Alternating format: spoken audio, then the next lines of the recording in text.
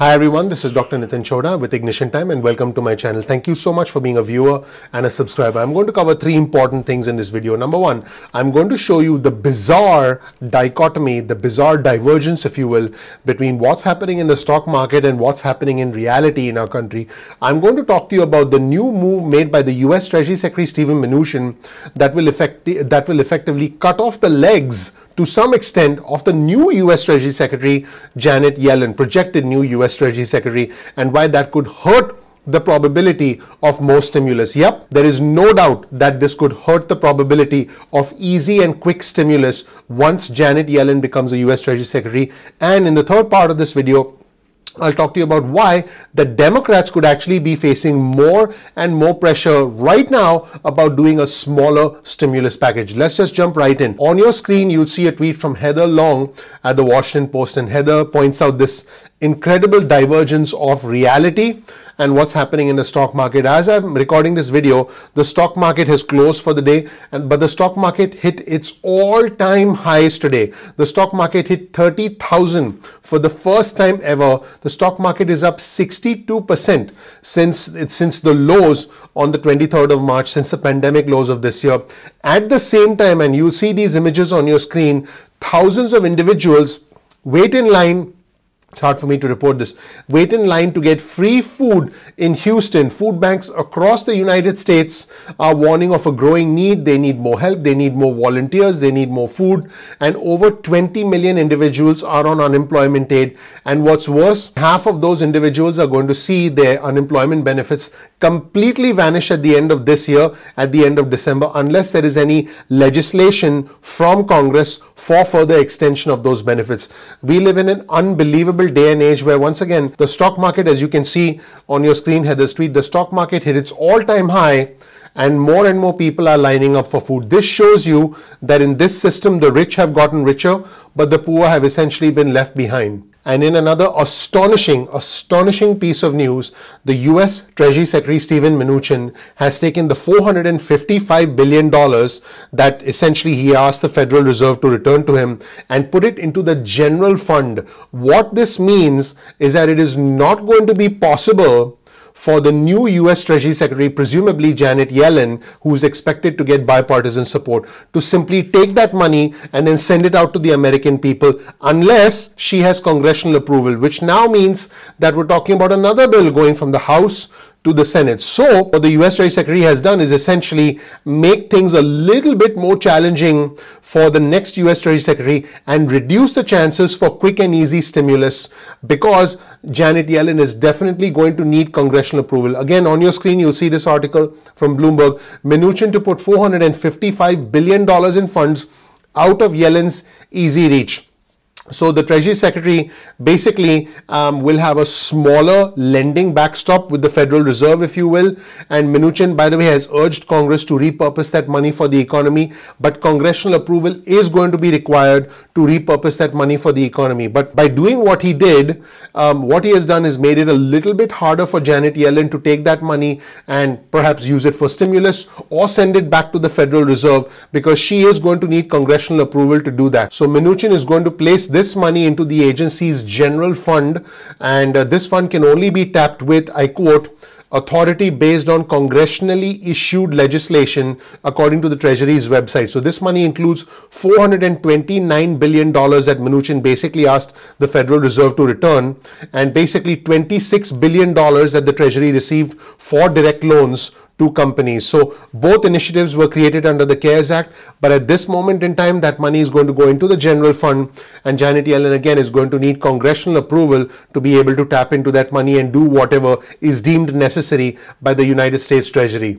And this was reported by The Hill. You'll see the article on your screen. Democrats face increasing pressure to back a smaller COVID stimulus bill. Let me be clear. Joe Biden has indicated to the Democrats that he does want some stimulus relief this year because people need help. He wants an agreement this year, and more Democratic lawmakers are saying we need to accept less than $2.2 trillion. In fact, Chris Coons from Delaware, who's an ally, who's a close ally of Biden, said that he would support something under $2.2 trillion. Like most Democrats, he does indeed believe that the offer from Senate Majority Leader Mitch McConnell, which is right in the $500 billion range, some have projected that is as high as $650 billion, is too low and too insufficient. More aid is needed, but they would settle for less than $2.2 trillion. So you can start to see that the Democrats essentially want to do something. And this is what Chris Coons said. To me, it's less about exactly what dollar amount it is, then what are the areas where we are providing some relief. I think we ought to be doing a broad package that provides support to small businesses through another round of PPP, which is the Paycheck Protection Program, to schools, to public health agencies to prepare for vaccine distribution. So to me, it's less about what is a top line dollar, though I would like it to be as close to $2 trillion or above as possible, than it is about how broad it is. So he's talking about compromising on some areas, maybe having less than 2.2 trillion, but trying to get something done for specific broad areas of the economy. Now, the House Majority Leader Steny Hoyer said this: I just hope that we can get agreement. It may not be everything that everybody wants, but at least if we can get some significant relief to people. And then we're going to be here next year. If we need to do other things, we'll do other things. Here's a comment from Senator Dick Durbin, who's the number 2 Senate Democrat. He said something similar in a recent interview. He said, let's get something done that is significant. Do what we can achieve now. And you've heard me cover in detail what the Problem Solvers Caucus has said in the past. So there seems to be more and more consensus about let's get something done right now. Now, here's a comment from Tim Kaine, a Democrat from Virginia, who was the party's 2016 vice presidential nominee. This is what Tim Kaine said: I think the Senate races in Georgia kind of put a premium on we ought to try to get something, because I think the 2 sitting senators kind of have to go out and have something. He said, and also it wouldn't be bad for Democrats to help the incoming Biden administration on that too. Biden wants something by the end of December. We ought to be able to find it. And Kaine said the $1.8 to $2 trillion price tag previously discussed by Pelosi and the White House, according to him, makes a lot of sense. So let me know what you think in the comment section below. Do you think that Democrats should essentially settle for a smaller stimulus, considering that Biden wants something done by the end of the year, and then maybe come back and do something more next year?